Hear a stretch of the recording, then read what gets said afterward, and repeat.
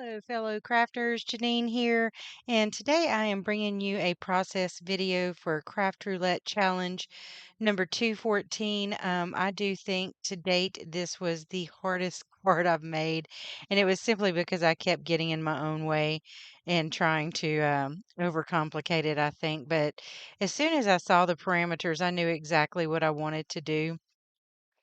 I wanted to do a watercolor card with a candlelight. But anyway, the parameters were um, an appreciation card, candlelight colors, and then the design element was leave it to blank. So her thought process was leave it to beaver because of Mother's Day being this month. And that one kind of stumped me. I wasn't really sure how I wanted to take that. And then the random was Retiform, which is a really neat technique. So, what I had in mind was to watercolor well, actually, I was going to do an acrylic painting of a candle with a uh, candlelight and then a dark black background. And I thought that would be easier than watercolor. Well, I struggled with that so hard, took a video out of it, or filmed a video of it, and it was just horrible. I mean, I just kept struggling with it. So then I tried to watercolor. First attempt ended up in the trash because I was just on the struggle bus with it. So this is attempt number three, and I'd kind of worked out what was going wrong. So I'm using dandelion paint colors. These are Let's Make Art watercolors.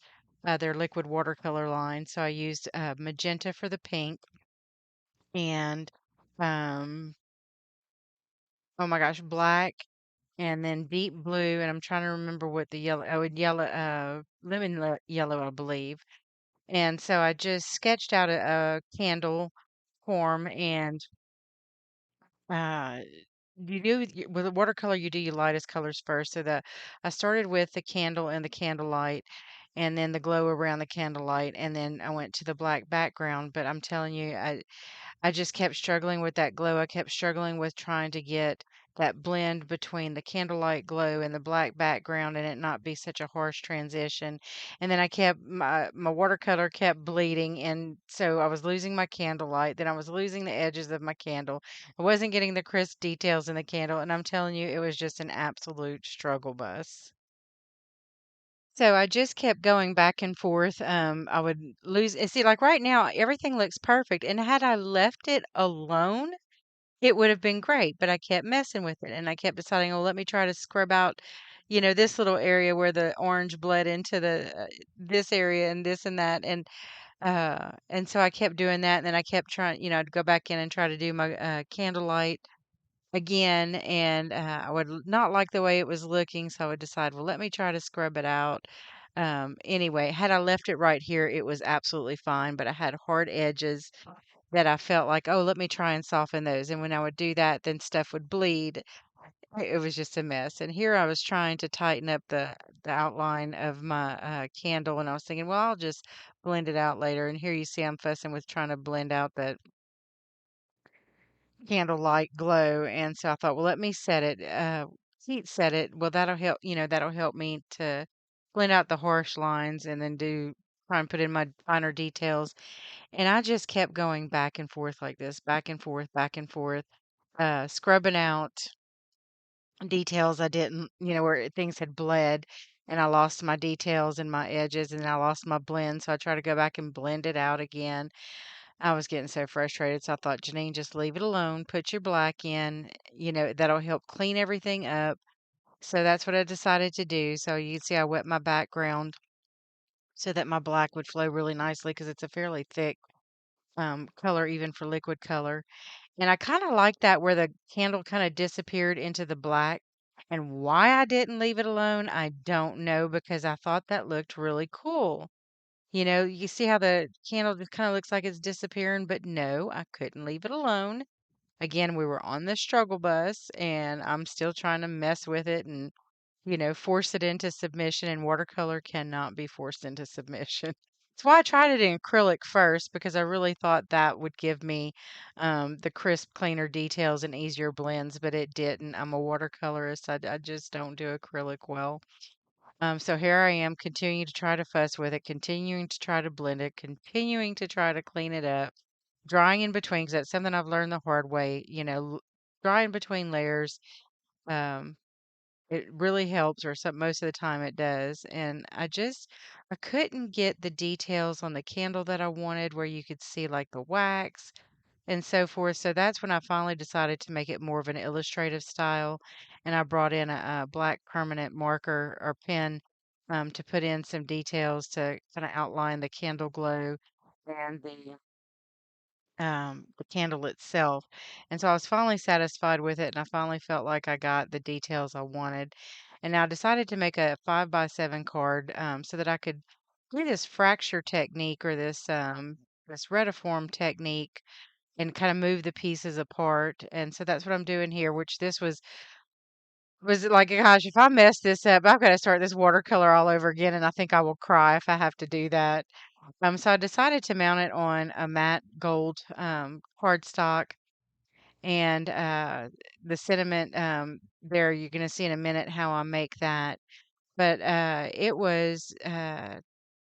this was, I tell you, I just really struggle with this card. So I decided to do the fractured pieces on the gold cardstock to make them kind of like a mosaic, to have that retiform design element. But then my proportions were all off between my watercolor piece and the 5x7 card I wanted to make. I tell you, this was just crazy. It just kept getting worse and worse, but I just kept fixing, and I kept fixing, and I kept trimming. Anyway, so I want to tell you a little bit about the sentiment.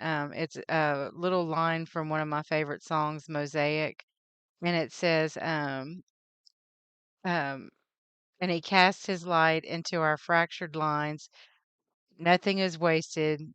We are a mosaic, or something like that. And I just loved it. I don't know. It was immediately what I thought of when I heard the parameters, appreciation. So I'm so appreciative to God for seeing me through all the difficulties and trials, for always shining that light in the darkness to let me know that I'm not alone, that He's always with me. And He's always there to help me in my brokenness, to help repair the way. And so that was just so leave it to God. That's the design element. Leave it to God. So that's my design element. I leave it to God to fix my brokenness, to put my pieces back together, and to shine the light in the darkness. So there's finally the finished card front, but things were kind of cattywampus. They were kind of sideways. I was trying to straighten them up. It just kept getting worse. I just kept trimming and trimming, trying to make it better. And then I put it on the card base, and it was still kind of crooked on the card base, and it just was uneven. So I trimmed it again, and final product.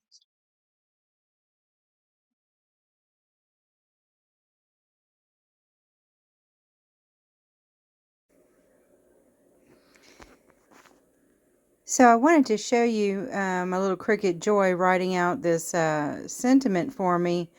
But unfortunately, all I have for a camera is my phone, and it is also what I use to design on Cricut Design Space, and then send stuff to the Cricut Joy. And it can't do both at the same time, apparently. It cannot video and Cricut Joy at the same time. So I just picked out a phrase from a song that I really like. The name of the song is Mosaic. And then I picked a font on the Design Space that I liked, I felt would look nice, and it give me a good result, and it really did.